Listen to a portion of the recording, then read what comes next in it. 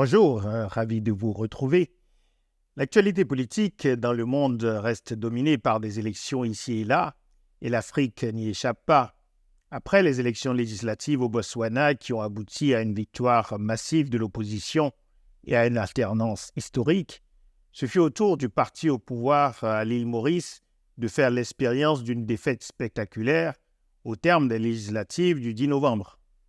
Le Premier ministre sortant, Pravin Kumar Jugnauth, a reconnu très rapidement ce qu'il a qualifié d'une grande défaite.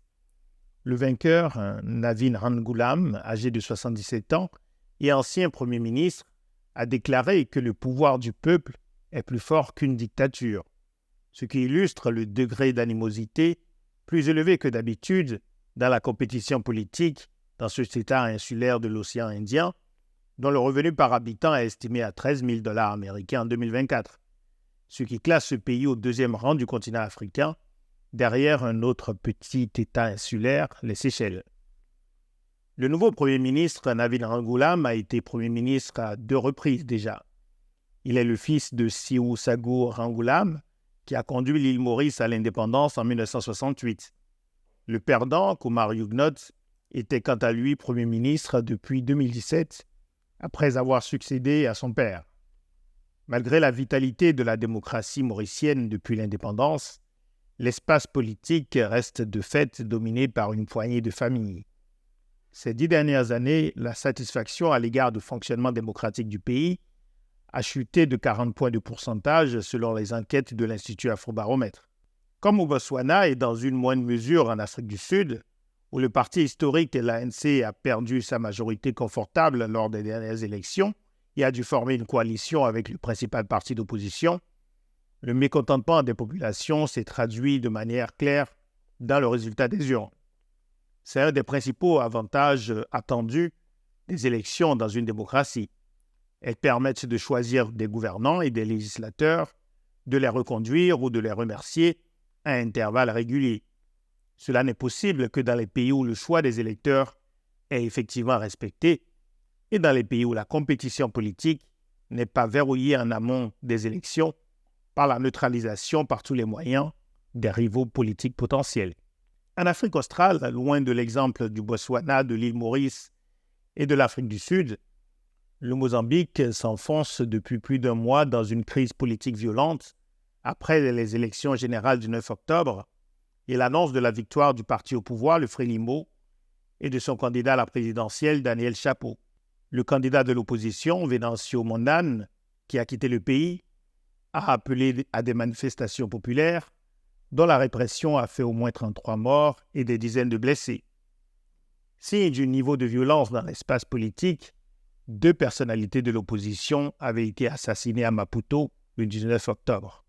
Déjà gravement fragilisé par l'insurrection d'un groupe armé affilié au groupe État islamique dans la province de Cabo Delgado, le Mozambique n'est pas près de retrouver la stabilité politique et la cohésion nationale qui lui permettraient de tirer profit de ses immenses réserves de gaz naturel pour améliorer les conditions de vie de ses populations.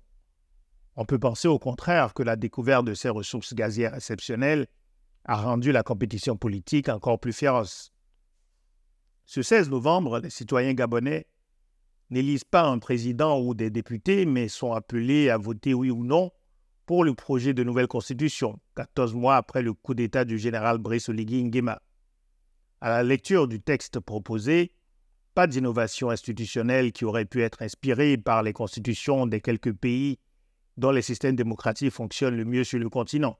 Mais on observe des dispositions originales s'agissant des conditions d'éligibilité à la présidence de la République. Il faudra non seulement être né gabonais d'au moins un parent gabonais, lui-même né gabonais, mais aussi être marié à un ou une gabonaise née d'au moins un parent gabonais, lui-même né gabonais.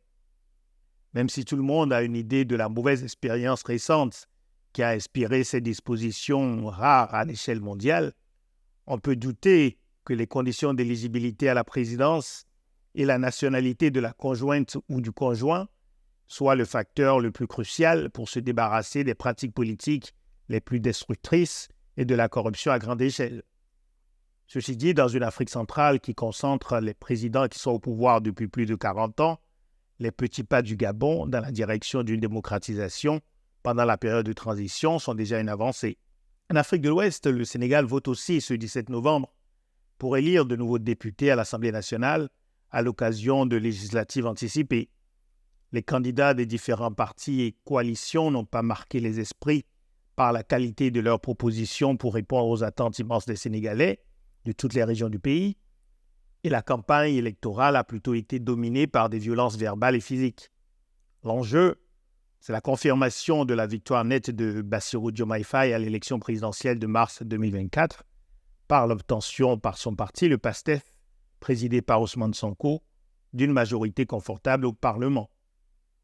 Pour les candidats de la nouvelle opposition, en particulier le camp de l'ancien président Macky Sall, tête de liste d'une des grandes coalitions alors qu'il réside au Maroc, l'enjeu est la survie politique et peut-être aussi une garantie de sérénité et de protection parlementaire pendant quelques années. Les Sénégalais voteront très vraisemblablement dans le calme et décideront par leur suffrage de la configuration de la future Assemblée nationale. Dans une majorité de pays d'Afrique de l'Ouest aussi, la foi des citoyens dans leur capacité à avoir une réelle influence sur l'orientation politique de leur nation s'est éteinte au cours des dernières années. Le Sénégal, malgré toutes les insuffisances et les limites de sa culture démocratique, résiste, et cela est salutaire pour toute la région. Enfin, il s'agira encore de résultats d'élections ce jeudi 21 novembre. Je vous donne rendez-vous pour une table ronde virtuelle de Ouati en partenariat avec l'Institut de l'Or sur les implications de la victoire du président Donald Trump aux États-Unis pour l'Europe, pour l'Afrique et pour le monde. La directrice de l'Institut de l'Or, Sylvie Matelli, et moi-même aurons le plaisir d'accueillir la vice-présidente de l'Institut de l'Or, Nicole Yesoto, et le professeur de sécurité internationale à l'Université de New Jersey aux États-Unis, Juste Kodjo. L'inscription est comme toujours ouverte à toutes et à tous. À la semaine prochaine.